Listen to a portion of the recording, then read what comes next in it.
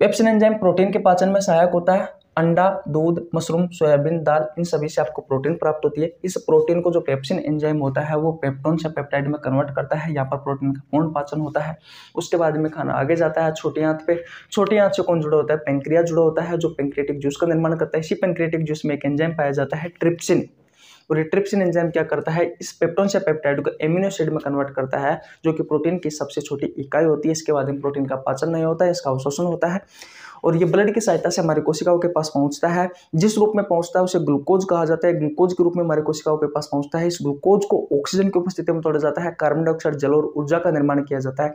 इसी ऊर्जा को बेटा हमारे शरीर के ऑर्गन टिश्यू काम में लेते हैं और वो अपना कार्य करते रहते हैं, जिससे हमारा शरीर कार्य। गाइज, इस वीडियो में बात करने वाले हैं पेप्सिन एंजाइम का कार्य क्या है। देखिए, पेप्सिन एंजाइम प्रोटीन के पाचन में सहायक होता है, और ये है हमारे आमाशय, जिसे आप स्टोमक या पेट कह सकते हो या उदर कह सकते हो, इसमें उपस्थित होता है। आइए गाइज, किस तरीके से ये प्रोटीन के पाचन में सहायक होता है, वीडियो को शुरू से लेकर के एंड तक देखना है। बहुत अच्छी जानकारी दूंगा आसान भाषा में, क्योंकि जब जब भी बेटा पाचन तंत्र से क्वेश्चन आते हैं, फिक्स है एंजाइम से क्वेश्चन आपकी प्रतियोगी परीक्षाओं में जरूर पूछे जाते हैं।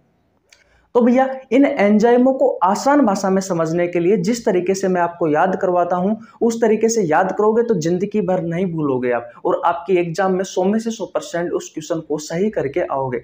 तो बेटा, सबसे पहले आप हेडिंग लगा लीजिए, पेप्सिन एंजाइम। Pepsin enzyme. अक्सर जो स्टूडेंट होते हैं बेटा, वो इन एंजाइमों में कंफ्यूज होते हैं कि भैया कौन सा एंजाइम का क्या कार्य है और ये कहाँ से निकलते हैं। तो देखिए, इस वीडियो में बेटा हम बात करने वाले हैं पेप्सिन एंजाइम के बारे में।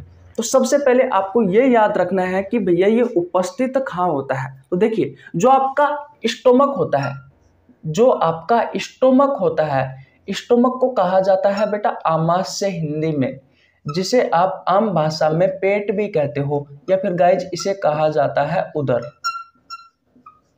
तो इसी स्टोमक में बेटा आपका पेप्सिन एंजाइम पाया जाता है, जो कि प्रोटीन के पाचन में सहायक होता है।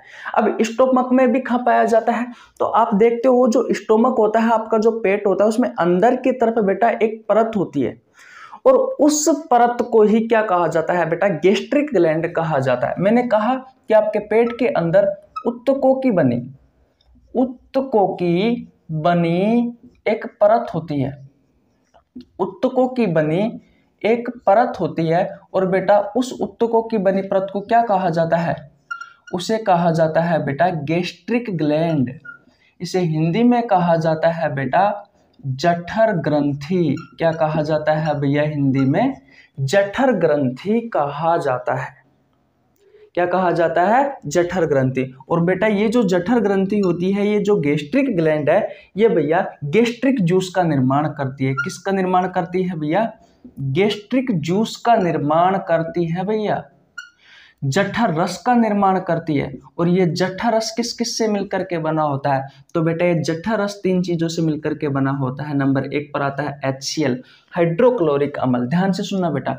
नंबर 2 पर आता है वाटर, यानी कि पानी, और नंबर 3 पर आता है भैया एंजाइम। नंबर 3 पर क्या आता है? नंबर 3 पर आता है एंजाइम। अब बेटा इस गैस्ट्रिक जूस में, इस जठर रस में बेटा 2 एंजाइम होते हैं। वो 2 एंजाइम कौन कौन से हैं? तो एक होता है पेप्सिनो, एक होता है बेटा पेप्सिनोजन, और दूसरा होता है बेटा प्रोरेनिन। दूसरा होता है भैया प्रोरेनिन।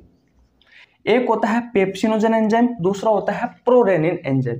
बेटा ये दोनों के दोनों ही एंजाइम अभी निष्क्रिय अवस्था में है। किस अवस्था में है ये? निष्क्रिय अवस्था में। ध्यान से सुनना बेटा, यहाँ से आपके प्रतियोगी परीक्षाओं में अच्छे अच्छे क्वेश्चन निकल कर आते हैं। एक एक लाइन से आपके प्रतियोगी परीक्षाओं में बहुत सारे क्वेश्चन निकल कर आते हैं। जिस तरीके से मैं आपको पढ़ा रहा हूँ, पूरे यूट्यूब पर देख लेना भैया, एक भी आपको सिंगल भी ऐसी वीडियो नहीं मिलेगी जिसमें इस तरीके से बिल्कुल आसान भाषा में पेप्सिन एंजाइम के बारे में बताया हो। तो मैंने क्या कहा कि इस जठर रस में कौन से एंजाइम होते हैं? 2 एंजाइम होते हैं, एक होता है पेप्सिनोजन एंजाइम, एक होता है प्रोरेनिन एंजाइम। ये दोनों के दोनों ही बेटा निष्क्रिय अवस्था में होते हैं। तो सबसे पहले आज की इस वीडियो में हम पढ़ने वाले हैं पेप्सिन एंजाइम के बारे में, जो कि भैया इसका निष्क्रिय रूप क्या है? पेप्सिनोजन एंजाइम है। अब देखिए, ये जो पेप्सिनोजन एंजाइम होता है, ये जो पेप्सिनोजन जो एंजाइम होता है बेटा, ये अभी निष्क्रिय अवस्था में है। किस अवस्था में है बेटा? निष्क्रिय अवस्था में है। निष्क्रिय अवस्था में है, तो इसे सक्रिय बनाने का कार्य, निष्क्रिय का मतलब होता है नॉन एक्टिवेट, यानी कि अभी ये कार्य नहीं कर सकता, जब इसे एक्टिवेट किया जाएगा तभी बेटा ये कार्य करेगा। तो ये जो HCl होता है, ये जो HCl होता है जो कि गैस्ट्रिक जूस में पाया जाता है, जठरस में ये जो HCl पाया जाता है हाइड्रोक्लोरिक अम्ल, ये क्या करता है? इस पेप्सिनोजन एंजाइम को भैया सक्रिय बना देता है, यानी कि इसे पेप्सिन में कन्वर्ट कर देता है। अब ये जो पेप्सिन एंजाइम आपको दिखाई दे रहा है बेटा, अब ये सक्रिय अवस्था में है और अब ये अपना कार्य करने के लिए तैयार है। पहले बेटा ये निष्क्रिय अवस्था में था, इसलिए हम कह सकते हैं कि ये कार्य करने के लिए तैयार नहीं था, लेकिन अब ये भैया सक्रिय अवस्था में है पेप्सिन एंजाइम, जो अब भैया प्रोटीन के पाचन में सहायता करने के लिए तैयार है। और इस पेप्सिन एंजाइम का कार्य क्या है भैया? इस पेप्सिन एंजाइम का कार्य क्या है? तो भैया ये प्रोटीन के पाचन में सहायक होता है। ये किसके पाचन में सहायक होता है? प्रोटीन के पाचन में सहायक होता है। एक अच्छी चीज बताऊं बेटा मैं आपको, देखिए हमारे शरीर में सिर्फ 3 चीजों का पाचन होता है, कार्बोहाइड्रेट का, प्रोटीन का और वसा का। ना ही पानी का पाचन होता है, ना ही विटामिन का पाचन होता है, ना ही मिनरल्स का पाचन होता है। तो इस चीज का भी आपको ध्यान रखना है। और ये जो पेप्सिन एंजाइम होता है भैया, ये प्रोटीन के पाचन में सहायक होता है। इतनी बात क्लियर है? एक बार और समझाता हूं, ध्यान से समझना बेटा, क्योंकि यहां से आपके प्रतियोगी परीक्षाओं में अच्छे लेवल के क्वेश्चन पूछे जाते हैं, चाहे वो रेलवे हो या SSC हो या फिर कोई अदर कॉम्पिटिटिव एग्जाम हो। देखिए हम बात कर रहे हैं बेटा इस वीडियो में पेप्सिन एंजाइम का कार्य क्या है, पेप्सिन एंजाइम के बारे में बात करें तो सबसे पहले हमें ये तो पता होना जरूरी है कि पेप्सिन एंजाइम हमारे शरीर में उपस्थित कहाँ होता है। तो आपका जो पेट होता है, जिसे आप स्टोमक, आमाशय या उदर कहते हो, इस पेट में अंदर की तरफ बेटा उत्तकों की बनी एक परत होती है, और उत्तकों की बनी जो परत होती है उसे कहा जाता है गैस्ट्रिक ग्लैंड, यानी कि जठर ग्रंथि कहा जाता है। और ये जठर ग्रंथि किसका निर्माण करती है? तो ये जठर ग्रंथि बेटा निर्माण करती है भैया किसका? गैस्ट्रिक जूस का, यानी कि जठर रस का निर्माण करती है। और ये जठर रस जो होता है बेटे 3 चीजों से मिलकर के बना होता है, हाइड्रोक्लोरिक अम्ल, वाटर और एंजाइम। बेटा इसमें कौन कौन से एंजाइम होते हैं? तो पेप्सिनोजन एंजाइम पाया जाता है और भैया प्रोरेनिन एंजाइम पाया जाता है। कौन कौन से एंजाइम पाए जाते हैं? पेप्सिनोजन एंजाइम पाया जाता है और प्रोरेनिन एंजाइम पाया जाता है। इतनी बात क्लियर है? अब प्रोरेनिन के बारे में भी बात बेटा मैं आपको कल पढ़ाऊंगा, जब मैं भैया रेनिन एंजाइम के कार्य में आपको जब पढ़ाऊंगा तब मैं आपको प्रोरेनिन एंजाइम के बारे में पढ़ाऊंगा। इतनी बात क्लियर है? गाइज मैंने कल टाइलिन एमाइलेज एंजाइम का कार्य बताया, अगर आपने वीडियो नहीं देखी है तो आपको नीचे लिंक डिस्क्रिप्शन में मिल जाएगा, जाकर देख लेना। बिल्कुल आसान भाषा में बताया कि किस तरीके से भैया टाइलिन एमाइलेज एंजाइम कार्बोहाइड्रेट के पाचन में सहायक होता है। और यहाँ से आपके एग्जाम में क्वेश्चन पूछे जाते हैं, ये फिक्स है, ऐसा नहीं है कि कोई दिखावा है। अगर इतिहास उठाकर आप देखोगे बायोलॉजी का तो भैया यहाँ से बहुत सारे क्वेश्चन पूछे जाते हैं इन एंजाइमों से, पाचन तंत्र से। इतनी बात क्लियर है? अब ये पेप्सिन एंजाइम बेटा, ये पेप्सिनोजन जो एंजाइम है ये अभी निष्क्रिय अवस्था में है। निष्क्रिय अवस्था का मतलब ये है कि अभी ये काम करने योग्य नहीं बने हैं। तो बेटा इस पेप्सिनोजन जो एंजाइम होता है इसे सक्रिय बनाने का कार्य कौन करता है? HCl करता है, हाइड्रोक्लोरिक अम्ल करता है। तो ये क्वेश्चन भी पूछा जा सकता है कि भैया पेप्सिनोजन एंजाइम को सक्रिय बनाने का या पेप्सिन एंजाइम को सक्रिय बनाने का कार्य कौन करता है? तो HCl एंजाइम करता है। इतनी बात क्लियर है? अब पेप्सिन एंजाइम सक्रिय अवस्था में आ गया, क्योंकि पहले पेप्सिनोजन अवस्था में था, अब ये पेप्सिन अवस्था में आ गया, यानी कि पेप्सिन एंजाइम यह कार्य क्या करता है? तो ये प्रोटीन के पाचन में सहायक होता है। तो स्क्रीनशॉट ले लीजिए। अब देखते हैं बेटा कि किस तरीके से प्रोटीन का पाचन करता है। स्क्रीनशॉट ले लिया? बात समझ में आ गई? यहाँ तक किसी को कोई परेशानी नहीं होनी चाहिए। बेटा मैं प्रोरेनिन के बारे में कल के वीडियो में बताऊंगा, मैं आपको फिर बता दूं, जब मैं आपको रेनिन एंजाइम का कार्य पढ़ाऊंगा तब मैं आपको इस यहाँ पर प्रोरेनिन को खोलकर भी बताऊंगा आगे कि प्रोरेनिन एंजाइम का कार्य क्या है। ये सारी बातें समझ में आ गई? स्क्रीनशॉट ले लिया? ओके। अब देखिए भैया, आगे चलते हैं और अब बात करते हैं कि भैया पेप्सिन एंजाइम किस तरीके से प्रोटीन के पाचन में सहायक होता है। ध्यान से सुनना बेटा, क्योंकि अब जो चीजें बताने वाला हूं बहुत ही महत्वपूर्ण चीज है। वीडियो को एंड तक देखना, मजा आ जाएगा बेटा अगर आप सारी बातें समझ लेते हो। लेकिन आगे बढ़ने से पहले मैं मेरे बारे में बता देता हूं। मेरा नाम रवि है, मैं सभी प्रतियोगी परीक्षाओं के लिए बायोलॉजी पढ़ाता हूं। जो कंटेंट आपको पेड कोर्स में उपलब्ध नहीं होता उससे अच्छा कंटेंट देने की कोशिश करता हूं। आपको हमारे साथ जुड़ने के लिए 1 रुपए देने की आवश्यकता नहीं है, सिर्फ आपको हमारे चैनल को सब्सक्राइब करना है, बेल आइकन को प्रेस करना है, जिससे आपके पास हमारी वीडियो का नोटिफिकेशन टाइम टू टाइम पहुंच सके। गाइस, मैंने बायोलॉजी के बहुत सारे चैप्टर करवा रखे हैं, बहुत सारे चैप्टरों के एमसीक्यू क्वेश्चन करवा रखे हैं। अगर आपने नहीं देखे हैं तो चैनल पर जाकर जरूर विजिट करें। इतनी बात क्लियर है? ओके, अब देखते हैं भैया कि इस पेप्सिन एंजाइम का कार्य क्या है। अब ध्यान से समझना बेटा, मैंने कहा कि प्रोटीन के पाचन में सहायक होता है। किसके पाचन में सहायक होता है बेटा? ये प्रोटीन के पाचन में सहायक होता है। तो सबसे पहले बेटा हमें प्रोटीन के सोर्स देखने पड़ेंगे, जिनके खाने से हमें प्रोटीन मिलती है। तो बेटा सबसे अच्छी मात्रा में अंडा और दूध, इनमें भरपूर मात्रा में प्रोटीन पाई जाती है। उसके अलावा बेटा मशरूम,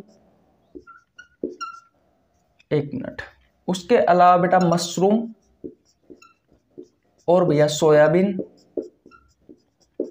दाल, इनमें अच्छी मात्रा में बेटा क्या पाया जाता है? प्रोटीन पाया जाता है। अगर आप ये सभी चीजें खाते हो बेटा तो इनसे आपको क्या मिलेगी?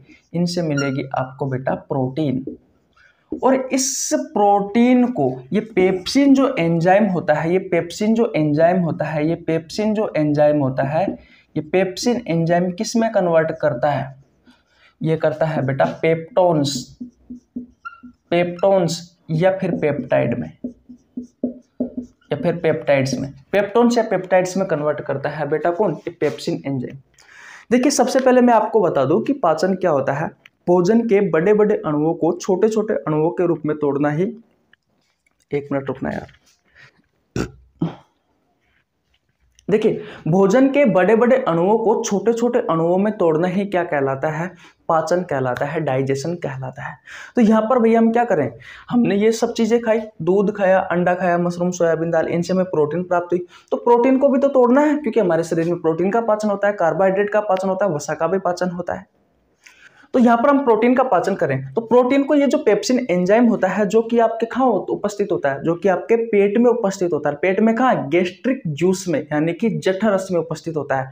तो बेटा जठररस में उपस्थित ये पेप्सिन एंजाइम इस प्रोटीन को किस में कन्वर्ट कर देता है? पेप्टोन्स या पेप्टाइड में कन्वर्ट कर देता है। यहाँ पर भैया प्रोटीन का पूर्ण रूप से पाचन नहीं हुआ है, यहाँ पर अपूर्ण पाचन हुआ है अभी तक तो प्रोटीन का अपूर्ण पाचन हुआ है। उसके बाद में बेटा खाना पेट के बाद में कहाँ जाता है? छोटी आंत में जाता है। और छोटी आंत से बेटा लीवर और क्या जुड़ा हुआ होता है? पेंक्रियाज, पेंक्रियाज जुड़ा हुआ होता है बेटा, पेंक्रियाज, जिसे आप अग्नाशय कहते हो, जिसे आप क्या कहते हो? अग्नाशय कहते हो। और ये बेटा इस पेंक्रियाज से पेंक्रिएटिक जूस का निर्माण होता है, पेंक्रिएटिक जूस का निर्माण होता है, यानी कि अग्नाशय रस का निर्माण होता है। किसका? अग्नाशय रस का निर्माण होता है। किसका निर्माण होता है बेटा? अग्नाशय रस का। और इसी अग्नाशय रस में बेटा ट्रिप्सिन एंजाइम पाया जाता है। ये तो भैया जो मैंने वीडियो बनाई थी पेप्सिन एंजाइम के ऊपर, वो पेप्सिन एंजाइम का कार्य समाप्त हो गया। यहाँ पर प्रोटीन का अपूर्ण ही पाचन करता है कौन? Pepsin enzyme. लेकिन आगे बेटा मैं प्रोटीन का आपको पूर्ण रूप से पाचन करके बता रहा हूँ, ताकि आपके एग्जाम में जब भी कोई क्वेश्चन आए तो आपके दिमाग में सारी की सारी बातें क्लियर होनी जरूरी है। वैसे मैं आपको ट्रिप्सिन एंजाइम के बारे में अलग से वीडियो बनाऊंगा, और बेटा वहां पर भी मैं आपको बताने वाला हूँ कि किस तरीके से ट्रिप्सिन एंजाइम प्रोटीन का पूर्ण रूप से पाचन करता है, किस तरीके से ट्रिप्सिन का निर्माण होता है, और भैया पेंक्रिएटिक जूस में और कौन कौन से एंजाइम होते हैं, तो वो चीजें भी मैं आपको बताने वाला हूं। इतनी बात क्लियर है? बस वीडियो को आप तो देखा करो, एंड तक देखना भैया, बहुत सारी चीजें, अच्छी अच्छी चीजें मैं आपको बताकर जरूर जाऊंगा। चैनल को सब्सक्राइब कर लो, बेल आइकन को प्रेस कर लेना, ताकि जैसे ही मैं वीडियो अपलोड करूं वैसे के वैसे ही आपके पास तुरंत नोटिफिकेशन पहुंच जाए और सबसे पहले आप हमारे वीडियो को देख लीजिए। सबसे अच्छा नॉलेज बिल्कुल आसान भाषा में सबसे पहले आपके पास पहुंच सके। इस यूट्यूब पर बेटा इस तरीके से आपको कोई भी अच्छा कंटेंट नहीं देता, इस बात को ध्यान रखना। हाँ हो सकता है हमारा चैनल अभी छोटा है, कोई दिक्कत नहीं है, मुझे कोई दिक्कत नहीं है, पर आपको कंटेंट जो दिया जाता है बेटा वो बिल्कुल हाई लेवल का दिया जाता है। हाँ फर्क कितना है कि मेरे पास डिजिटल बोर्ड नहीं है, हो सकता है एक न एक दिन आ जाए, मेहनत करते रहेंगे आपके लिए और आएगा यार, अगर आपका सपोर्ट रहा तो। केवल डिजिटल बोर्ड होने से कोई कंटेंट नहीं दिया जाता बेटा, जो कंटेंट दिया जाता है वो आपको व्हाइट बोर्ड पर भी मिल सकता है। तो कोई दिक्कत नहीं है, अपन मेहनत करेंगे, आप भी मेहनत करो, एक दिन सब कुछ होगा। अब देखिए इस पेंक्रियाज में पेंक्रिएटिक जूस बनता है भैया। जो अग्नाशय होता है, इस अग्नाशय में भैया पेंक्रिएटिक जूस बनता है, और इस पेंक्रिएटिक जूस में बेटा ट्रिप्सिन एंजाइम पाया जाता है, जो कि भैया पेप्टोन्स या पेप्टाइड को किस में बदलता है, एमिनो एसिड में बदलता है, एमिनो एसिड में बदलता है। अब ये एमिनो एसिड जो होता है भैया, ये प्रोटीन की सबसे छोटी इकाई होती है, ये प्रोटीन की सबसे छोटी इकाई होती है, ये प्रोटीन की सबसे छोटी इकाई होती है। इसके बाद में बेटा प्रोटीन का पाचन नहीं होता, क्योंकि ये सबसे छोटी इकाई है एमिनो एसिड, इसके बाद में ये टूटता नहीं है बेटा।